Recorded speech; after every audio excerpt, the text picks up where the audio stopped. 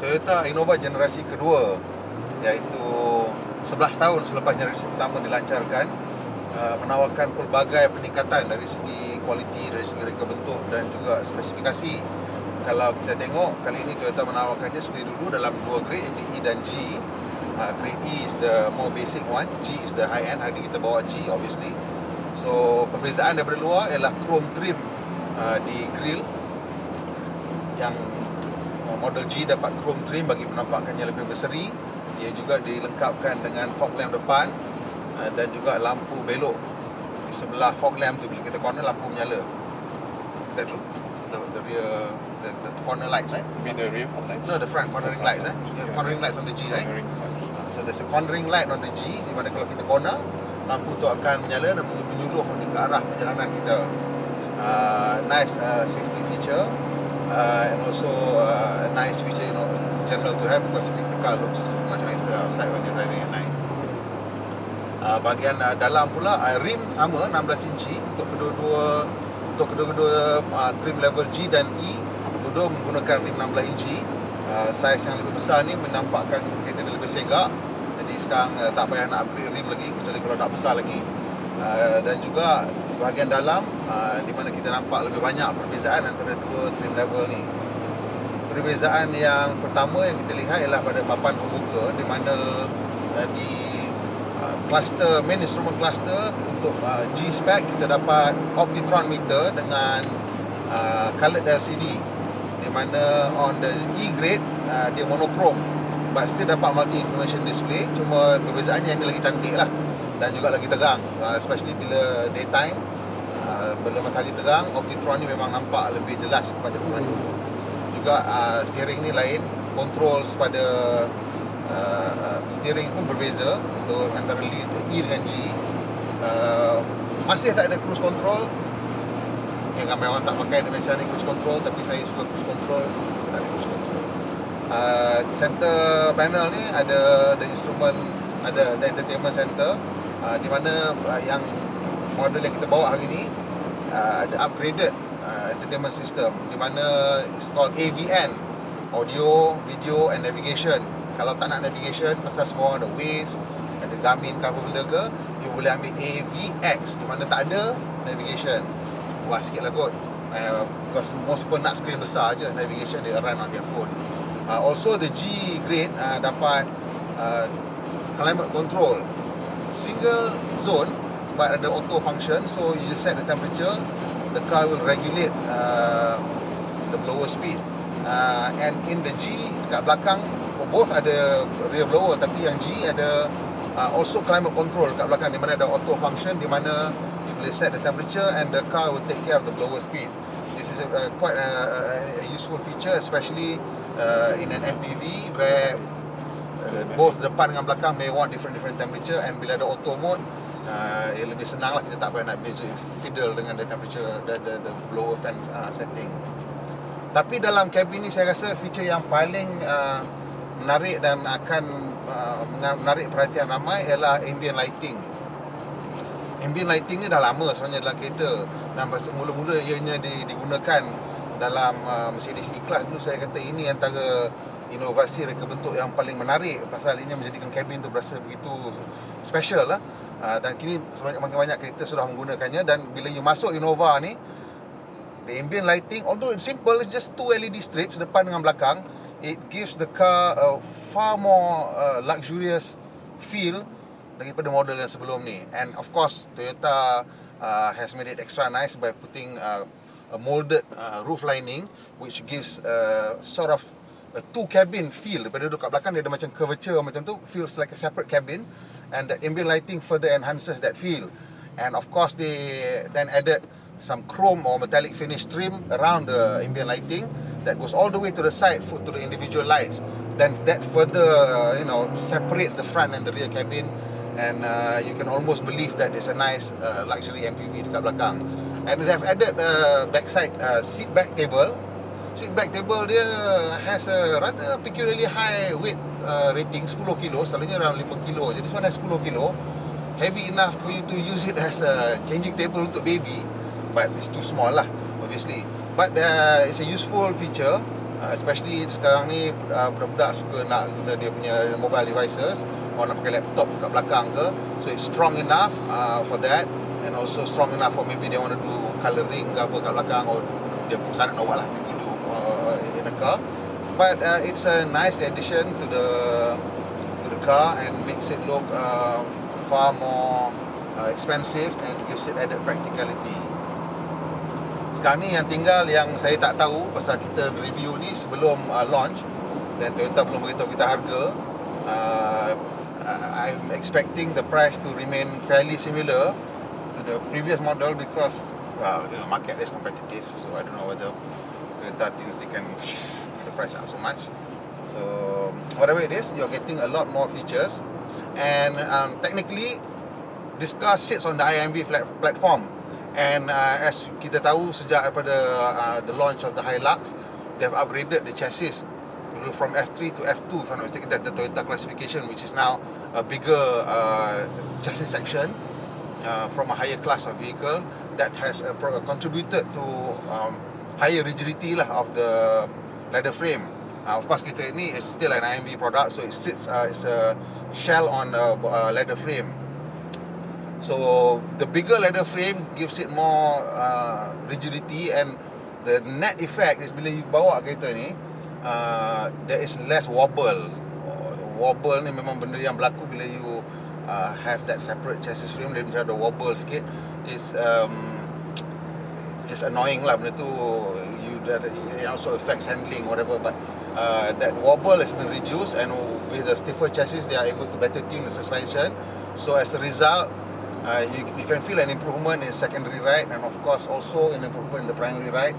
Di mana when you get long undulation, the car dah tak float sangat. Feels more planted, and over the smaller imperfections, it's far smoother, and that is an important differentiator between this and the previous model, and makes it feel significantly improved. So if you are looking for an 8-seater, and this is an 8-seater, so it has 3-point seat belts for all 8 seats. So you can see on the roof ada 2 yang bergantung tu is for the center seat. So all seats dapat 3-point seat belts, and so there's really nothing in the category yang 8-seater. I don't think there's any 8-seater MPV in the market other than this one. All others like the 7, or they go more than that, 11 or 13, like the Star Rex or something. So if you want an 8-seater MPV, this is a pretty good car, and it gets the new dual VVT engine, which seems to be smoother, I guess. New engine kan mesti smoother, and has its eco guide function, which is the rage all this today, because, and also eco mode button and a power mode button, so you can choose between fuel saving or you want to have a bit of fun.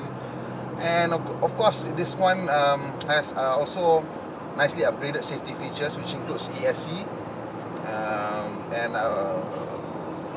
7 airbags in the G grade, but 3 in the E grade. 3 kat mana 3? 1, 2, and 7 you get a knee airbag. So which is nice because driver ni selalu get injured pasal bawah ni. Kaki memang letak kat bawah sana. Kalau passenger dia boleh tarik kaki dia bila in times of accident, bawah driver dia kena gone on the wrong road. Yeah. I'm talking to the camera and I've gone on the wrong road. So now we have to never mind. So anyway, so the third airbag is of the knee airbag. In times of accident, we always tend to press the brake pedal, and usually the driver's knees gets injured with the dashboard, so the knee airbag will help. Ciri kemudahan pemandu tambahan antaranya ialah hill hold assist, di mana sekiranya kita berhenti di bukit, the system will hold the brakes for usually about 3 seconds, so that kita ada masa untuk engage gear and masuk ke brake ke minyak without the car rolling back. And that is a nice little feature which is useful, especially it's a nice feature because we are so distracted when we are driving. These little things all will help. make the drive smoother and safer. The other thing that's interesting is that they've got the speed lock. I think they call it speed lock, where the car locks itself as it moves, and then if there is a sudden stoppage, you hit something, emergency, accident, the car will unlock itself. So kalau apa-apa pun, you boleh keluar dan siapa nak selamatkan you pun senang. So that's a good feature to have. Sebenarnya perubahan daripada single VVT kepada dual VVT bukan tentang kuasa ataupun torque, kerana peningkatannya agak kecil, tetapi ianya lebih kepada penjimatan minyak, di mana mengikut kiraan Toyota menggunakan Japanese combined cycle, they will get 18% improvement kalau kita guna kotak gear automatic, dan 11% pengurangan penggunaan bahan bakar sekiranya menggunakan kotak gear manual. Which is always good news. Minyak punya harga tak menentu, jadi any kind of saving is good, and plus you get to save Mother Earth. Okay. Innova baru ni juga dilengkapi dengan kotak gear 6 kelajuan. Kalau dulu ada 4 kelajuan, kotak gear automatic sekarang 6 kelajuan dengan sequential mode, di mana kita boleh tukar gear secara manual sequentially. Tapi kalau kita pilih manual, masih lagi 5 speed manual, but berapa ramai akan specify manual? Tak ramai. Most people akan buy automatic, so you'll get that additional 2 speed, and that is one of the ways yang Toyota dapat menjimatkan juga penggunaan bahan api. Kalau dulu gearing agak pendek, sekarang ni kalau kita tengok, bila kita memandu pada kelajuan 100 km sejam, usual benchmark lah kita tengok, at 100 km per hour, right now it's probably still in 5th gear and not in top gear. Kita boleh turun 6th gear kejap. Boleh ke tak? So pada kelajuan 110 km, enjin sedang berkisar pada kelajuan 2100 RPM macam tu, which is quite a nice low engine speed, and this not only makes the car more economical, tapi juga yang buatkannya lebih senyap. Dan dalam topik senyap ni, Toyota kata mereka telah menambah pelbagai penebat bunyi dalam kereta ni, daripada firewall dan juga foam on the panels, and also they're using thicker floors. Thicker floors, or and that all helps to create a softer, a quieter cabin lah. And also they've increased the number of spot wells around the car, and that usually increases the rigidity and helps with all sorts of things, including noise. Selalunya bila kita jalan jauh, mesti beli soft drinks ataupun mineral water, and so it's nice to have a cooler box. Well, bukan refrigerator lah, but cool glass compartment, di mana the system will redirect some of the aircon punya cold air to the top glass compartment. Dia ada 2 glass compartment, top and bottom. Bottom tu lebih besar, yang atas tu kecil tapi panjang sikit dalam. Yang tu kita boleh letak lah can drinks, masuk ingat 2-3 kot can drinks dalam tu. So that should be good. Juga ada banyak cup holder. Depan ni ada 2, kat tengah-tengah ni tepi bawah berlambat-lambat cup holder. So kalau bawa drinks dalam botol, merata boleh letak lah. Toyota juga menambah satu lagi feature pada passenger airbag, itu an off switch. Some cars, the more basic ones, ada 2 airbag tapi tak ada off switch. Off switch ni, I guess, not a really important feature in the minds of many people, but actually it is quite important, because if you put if you put a baby seat in front, especially for infants lah, with the rear facing seats tu, you need to turn it off. Otherwise, if anything happens, the airbag triggers, it could cause serious injury lah kepada budak tu, kerana dia tendang the baby seat. Power window ni satu isu yang, bukan isu lah, satu features yang menarik. Pasal kalau basic car, usually you dapat only driver with auto power window. Itu pun some cars auto down saja, tak ada auto up. So on the G spec dapat 4 auto power windows, which is full auto up and down.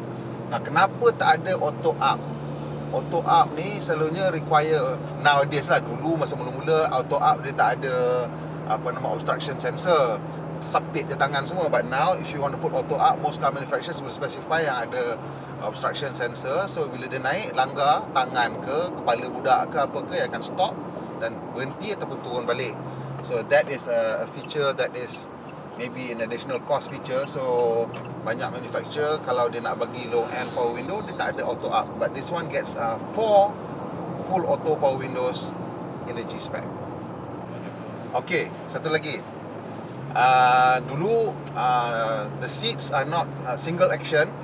Now you get single action seats for folding up and tumble, fold and tumble on the second and third row. The third row has helper springs, so that bila you pull, the seats fold and then it wants to fold up by itself. Dia ada macam spring, so you nak angkat dah tak berat sangat dah. Kalau dulu tak ada spring, you kena angkat, the whole weight is on you. Now some of it is helped by the spring. So that is a nice convenience feature for a car that yang boleh melipat sini. One step. Okay, last one. Last one is the vacuum assist untuk the rear hatch. Dulu kita tengok kereta mahal kan, kita tolak pintu tutup rapat, kita tarik pergi habis kan. So they put that feature in the rear hatch. They say that kadang-kadang budak-budak tidur dalam kereta, so you tak nak slam the door and wake them up, so you boleh tutup pelan-pelan and boleh tarik tutup. Useful marketing feature. That was a nice thing to put on the brochure.